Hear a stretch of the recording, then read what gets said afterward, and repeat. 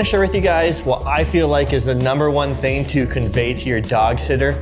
That way, when they're handling the dogs, it's just much easier on your dog sitter. It's much easier and less stressful on your dogs. One of the most stressful things in having a Canine Corso is when you have to leave your Canine Corso with someone else to watch them. Add in the fact that these are an extremely large, powerful breed that can inflict a lot of damage to someone. That just adds to the stress. We're in that exact predicament right now. Typically, my parents watch Bruce Wayne and Joey Justice. They know the routine, they know how to handle the dogs, but they can't watch them, so we have to leave them with somebody who's never stayed with them overnight before. It's already huge stress for your dog if you have to leave them. It's even a bigger stress for your dog if you have to board them somewhere. Their whole routine is broken. Where they live, where they sleep, it's just everything's changed and the stress just mounts on your dog. That's why Kara and myself always choose to have somebody come stay at the house and watch the dogs. That way they can somewhat stay in their routine. First thing that I suggest is make sure the person watching your dog is familiarized with your dog. Watch them interact with your dog. Make sure your dogs are accepting of them. Just pay attention to cues your dogs may have around the dog sitter. The person that's watching Bruce and Justice, she's familiar with Bruce. She hasn't seen Bruce in 4+ years, right, Kara? Yeah. She used to come over when Kara and myself were at work. She'd let Bruce out when he was a puppy. She'd walk him when he was an adolescent and even into his early adulthood life. Once I started working from home, we didn't need that anymore. So she's not as familiar with Bruce as she was back then. She's never met Justice. And the dynamic has completely changed because now we have 2 intact male Canine Corsos.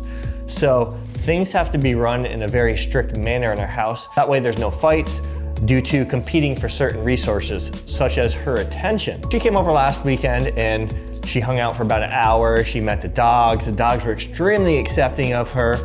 They were extremely loving towards her and they wanted her attention. So now that you've found your person, it's up to you to set clear rules, clear boundaries with your dog sitter on how to act, how to behave, a feeding schedule and all of that. Taking over the house is the #1 thing that they need to do. Think about when you were a kid and you had a substitute teacher.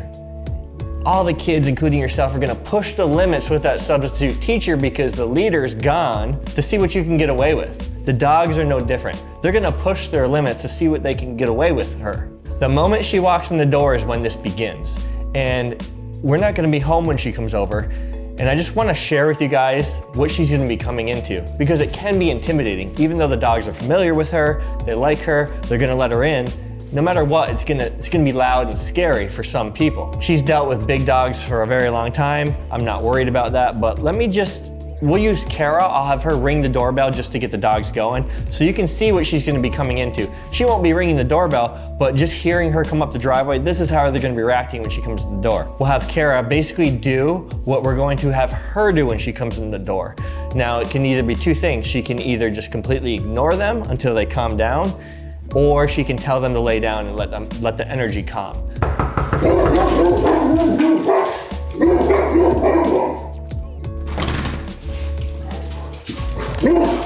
Now she's gonna come in and she's literally just gonna walk through the doors. They would normally be all up in my space, but because they knew I was just in here, they kind of re-regulated more quickly than if it was a stranger or a dog sitter, I should say. If a dog sitter's coming in here, they're likely gonna be like, give me attention, and then both kind of chaotic energy is gonna be spiraling out of control. This is why we ignore, we go about our business, I go to the bathroom, shut the door, or tell them to go lay down.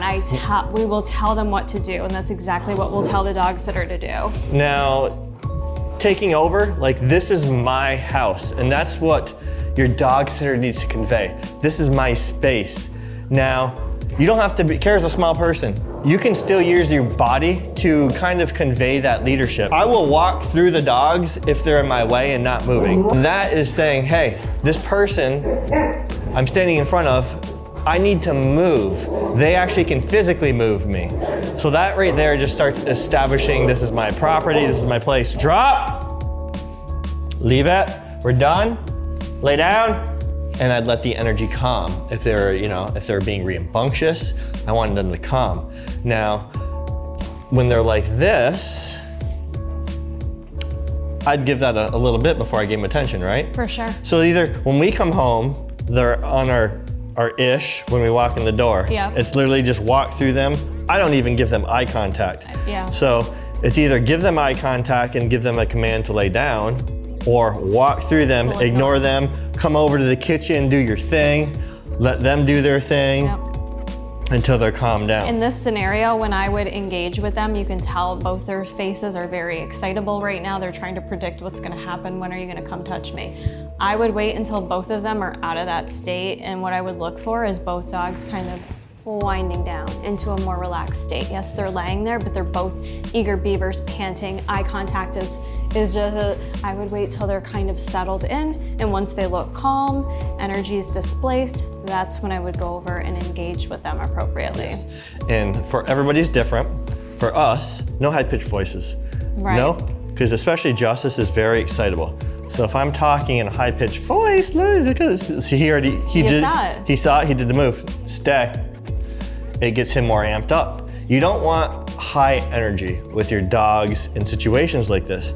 You want them mellow, calm, because a calm dog is gonna be a dog that listens to you. We're also gonna be gone for a week, so thinking about the normal structure your dog has before you go and while you're gone, it is gonna be a little bit different while we're gone. Our dog sitter has a job, has to go to work. These dogs are gonna be alone all day long, right? So the last thing we want is for them to be alone all day. We know they're gonna be energized. They're gonna be ready to play and receive attention the moment she comes in the door.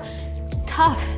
They're gonna need to learn to calm it, and they get attention when it's appropriate and ready. We don't wanna create this anxiety or this demand that I get attention the second I demand attention. So taking over the space. This is my area, this is my space. Real quick, guys, I have my best friend has Fang shirts available. Check out the link in the description. A great all year round shirt, but it's also fun for Halloween. True. Got Bruce Wayne right here. So taking over the space kind of shows their leadership, right? So the dogs are going to look at this person, don't let the dogs jump all over the sitter. I've had people say if the dogs try to jump on someone, oh, it's okay, it's not okay. Maybe you don't mind the dog jumping up on you, but I mind my dog jumping up on you. Right. Because where does it end? And it's teaching the dog, oh, if I can jump on this person, I can jump up on this person. Your dogs don't need a mom, your dogs don't need a dad, they don't need a friend, they need a leader. That's the number one thing a dog needs is a leader. So the quicker that you can convey that to your dog sitter, the easier their life's gonna be. We need that established day one. I'm not gonna beat around the bush. That needs to be established the moment the dog sitter walks in the door that day. And now the fact that we have 2 intact male Canine Corsos, they're going to be competing. They always compete with each other. Everything these dogs do, they're talking to each other. And it's always a little bit of a competition. Even when we take them on a walk, you can see they're trying to compete to be first. Yeah. So what's gonna happen in this situation is she's gonna be petting one and the other's gonna try to do this. Butt in. Then the other one's gonna come back and do this. And that can escalate. That can escalate to the 2 of them going at each other instead. So it's no. If I'm petting Bruce and Justice Punch comes trying to butt in right now. No. It's like no. It's a push out of the way. It's like physically just push the dog. You're not hurting your dog, but you can push your dog out of the way. It's a way to communicate that was not appropriate. Yes, and then I would say, sit down, or vice versa. If Bruce is trying to butt in when I'm giving Justice attention, it's like push him away. I'm like, no, sit. Right. Just very direct. And commands for us are very straightforward. They're commands. It's not like, sit. It's like, no, I'm not asking you to sit, it's sit. Yeah, it's not a question. Oh, it's not a question, it's your delivery. Yeah. So that is probably the biggest thing I can share with you guys when you're trying to get someone to watch your dogs. Obviously, you're gonna wanna give them a list of rules for your house. Like for us, no visitors, because I don't know how these guys are gonna react to someone. They're guard dogs. Now, if I had, when my parents used to watch Winston or English Bulldog, sure they can have people come over. Absolutely. He's a 50-pound meatball, but this is 300 pounds of dog. Right. They're protective. They're only going to accept certain people in their lives, and it's not gonna be strangers coming into the house. I have a very particular way. I have videos on how to introduce your Canine Corso to strangers to bring them into the house. Those videos will help you out. I'll try to link it down below, but if I forget, just search Canine Corso introducing to strangers. I have like 3 videos up on the channel. It's the easiest way to do it that I've found, by far. It's always helped. So Set a list of rules, write them out, make everything as easy as possible for your dog sitter because it's gonna be stressful on them too. Yeah. And you don't want it to be stressful on them. You want them to enjoy being in your home, almost like a little getaway, like an Airbnb, right? Yeah. So you're trying to make everything as easy as possible. For us, we raw feed. What are we gonna do? We're gonna pre-prep their meals. We're gonna freeze them on paper plates. That way she just has to pull them out the night before, defrost them, feed them, easy peasy. And a lot of people don't have to deal with that because they feed kibble. Do you have anything else that in the area general of leadership? Because I feel like that's the most important thing, is keeping the pack hierarchy with her being number 1, Bruce being number 2, Justice being number 3. Just like right now, it's me, Kara, Bruce, Justice. That's how it's just been set. And you guys know you don't have to be a 200-pound, 6-foot male to get the respect out of your dogs. I'm the heavyweight champ. Kara's like 5'1 3/4", like 108 pounds. And the dogs respect her. The dogs will listen to her. And it's how she presents herself to the dogs, her posture, her body language, the way she moves into the dogs. If they're in her way, like I tell people when I've consulted people before, their dogs growl at them, they're being aggressive towards them. I'm like, well, I try to get little tidbits like, well, what do you do if you're walking in a small hallway and your dog's in the way? They're like, I walk around them. I'm like, your dog doesn't move? They're like, no. I'm like, I will walk through my dogs, won't even look at them. And I'm sorry, I didn't mean to bump you too hard. But that's what I'll do. That's what she did. Yeah. And now they see us coming, like, oh, they'll move. They respect us. Yeah. You know, sometimes, there's nothing wrong with some physical bumping and touching. Like, how do I get my dog to not jump on me? He jumps, I lift my knee. Now he runs into a knee, he's like, oh, they feel that. Yes. They feel that power. Like, I can't just bully this person because these dogs are 150 pounds, 155 pounds, 141 pounds. They know they're strong. Yeah. You have to at least make them think that you're stronger. I would just add from an owner's standpoint to just be as clear as possible. If as an owner and a leader of your dogs, you don't have good commands in place, you don't have good hierarchy in place, you can't expect your dog sitter to all of a sudden come in and perfect that.